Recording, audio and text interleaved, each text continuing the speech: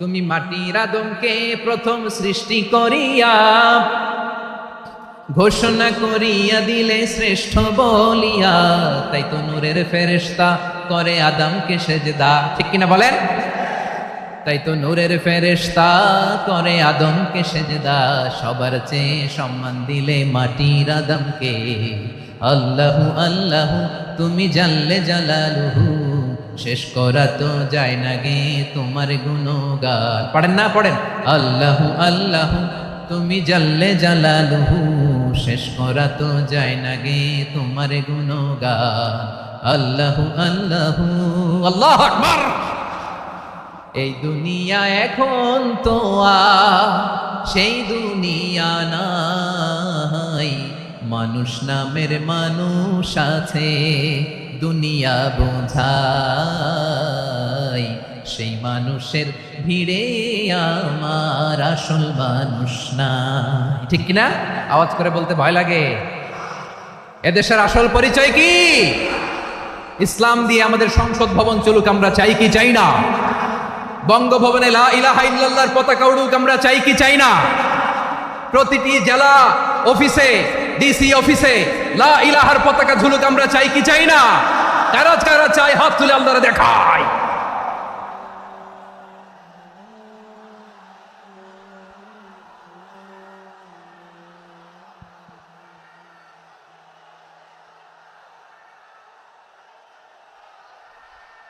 এদেশে আজান শুনে সূর্য ওঠে শহর গ্রামে, এদেশে আজান শুনে সূর্য ডুবে সন্ধ্যা নামে, এদেশে সকল কাজে সবাই বলে বিসমিল্লাহ, এদেশে ভালো কিছু দেখে শুনে হাসি মুখে সবাই বলে মাশা আল্লাহ।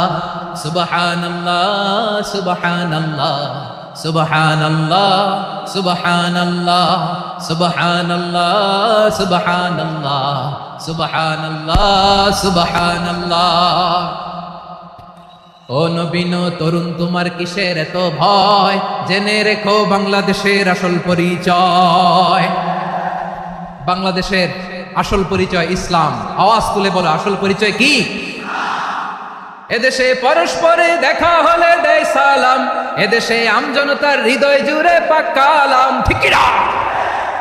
এদেশে বিপদ এলে সর্বজনে সর্বক্ষণে দোয়া পড়ে ইন্না লিল্লাহ সুবহানাল্লাহ সুবহানাল্লাহ সুবহানাল্লাহ সুবহানাল্লাহ। এদেশে আজান শুনে সূর্য ওঠে শহর গ্রামে, এদেশে আজান শুনে সূর্য ডুবে সন্ধ্যা নামে, এদেশে সকল কাজে সবাই বলে বিসমিল্লাহ, এদেশে ভালো কিছু দেখে শুনে হাসি মুখে সবাই বলে মাশা আল্লাহ। সুবহানাল্লাহ, আওয়াজ করে সুবহানাল্লাহ সুবহানাল্লাহ সুবহানাল্লাহ সুবহানাল্লাহ। সবাই একসাথে সুবহানাল্লাহ সুবহানাল্লাহ সুবহানাল্লাহ সুবহানাল্লাহ। এদেশের আসল পরিচয় কি? আওয়াজ করে বলতে ভয় লাগে। এদেশের আসল পরিচয় কি? ইসলাম দিয়ে আমাদের সংসদ ভবন চলুক, আমরা চাই কি চাই না? বঙ্গভবনে লা ইলাহা ইল্লাল্লাহর পতাকা উড়ুক, আমরা চাই কি চাই না? প্রতিটি জেলা অফিসে, ডিসি অফিসে লা ইলাহার পতাকা ঝুলুক, আমরা চাই কি চাই না? কারা কারা চাই হাত তুলে আল্লাহরে দেখায়।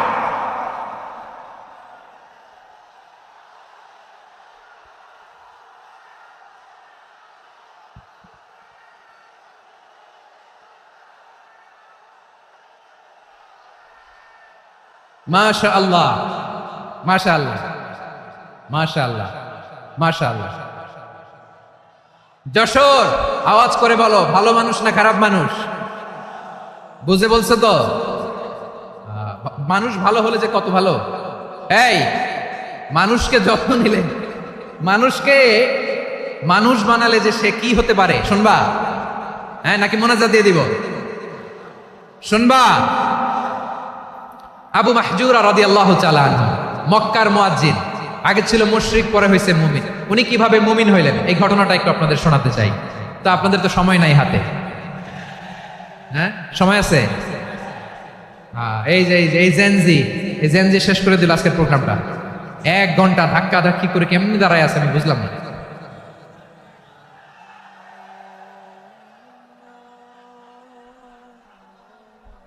না না, তাকবীর না, তাকবীর না, চুপ করতে হবে। What I need you stop, just shut up, চুপ। হ্যাঁ ঠিক আছে। এভাবে আবু মাহজুরা রাদিয়াল্লাহু তাআলা আনহু কিভাবে মুসলিম হলেন আওয়াজ করে শুনেন। হুনাইনের যুদ্ধ ৮ম হিজরি, বিষ্ণু ইসলাম হুনাইনের যুদ্ধ শেষে ফিরতেছেন, পথিমধ্যে বেলাল রাদিয়াল্লাহু তাআলা আনহু, এই যে আবার কথা, আই রে আল্লাহ রে, এখানে ধাক্কা ধাক্কি কেন? চলে যাও, পেছনে যাও, যাও পেছনে যাও।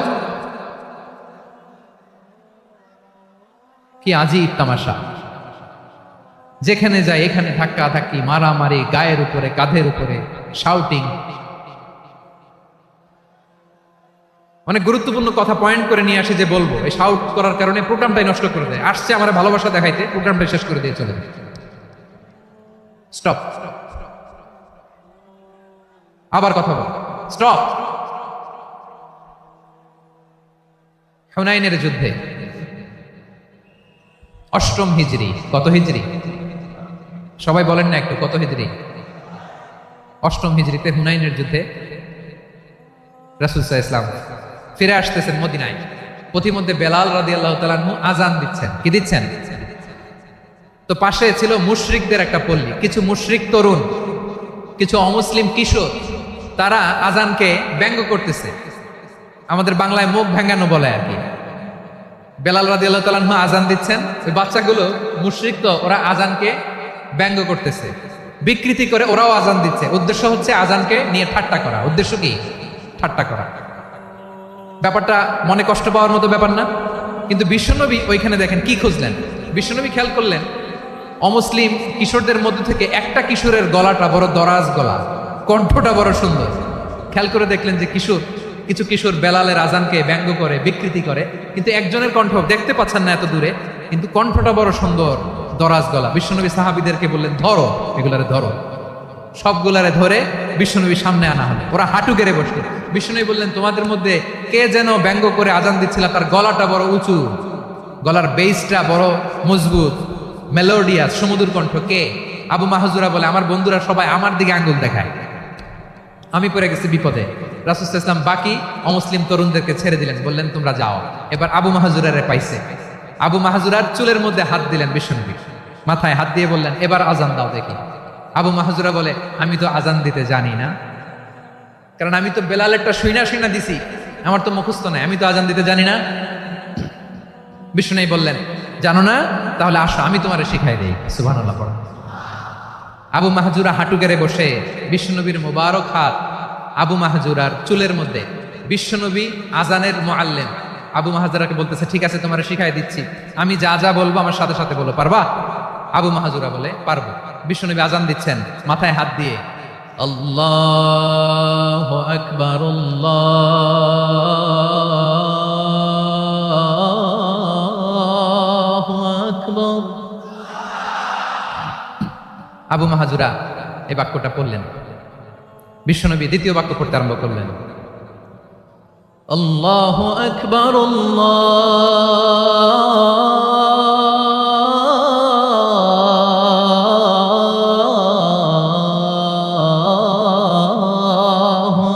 আকবার। আবু মাহজুরা এই বাক্যটাও বললেন। বিশ্বনবী আবু মাহজুরার মাথার মধ্যে হাত দিয়ে তৃতীয় বাক্য বললেন, আশহাদু আল্লা ইলাহা ইল্লাল্লাহ,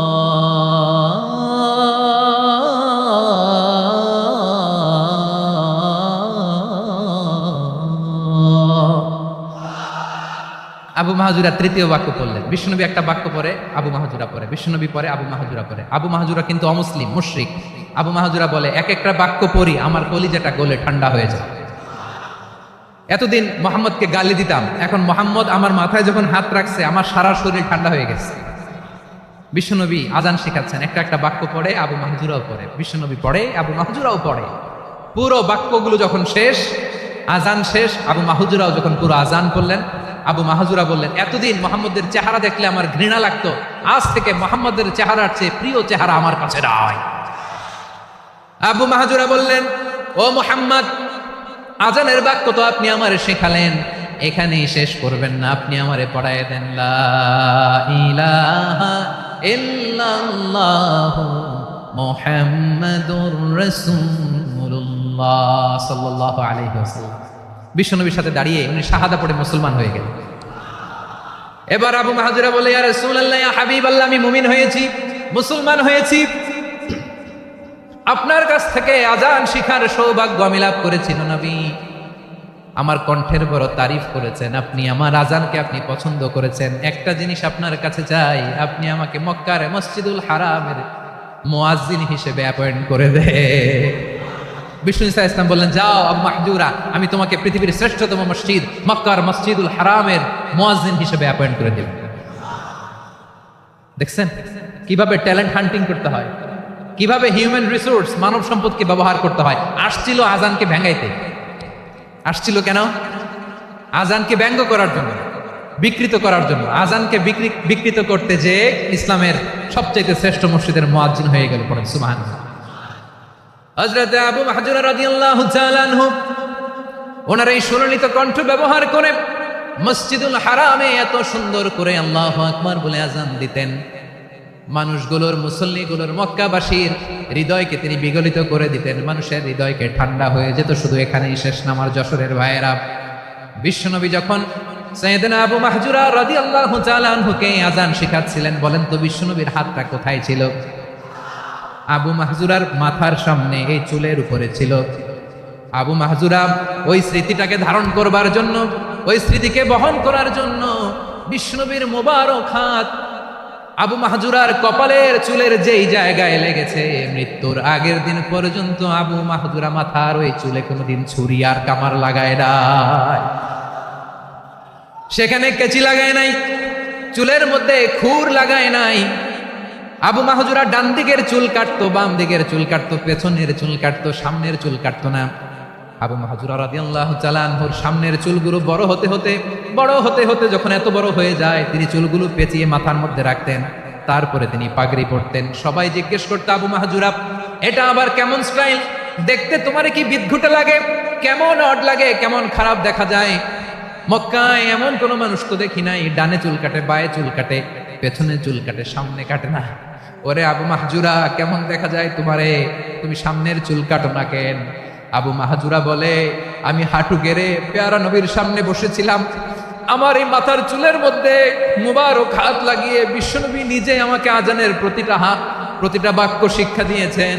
বিশ্বনবীর মুবারক হাত, পবিত্র হাত আমার মাথার চুলের যে জায়গায় লেগেছে, আমি চাই ওই চুলগুলা নিয়ে আমি আমার কবরের ভিতরে যাব।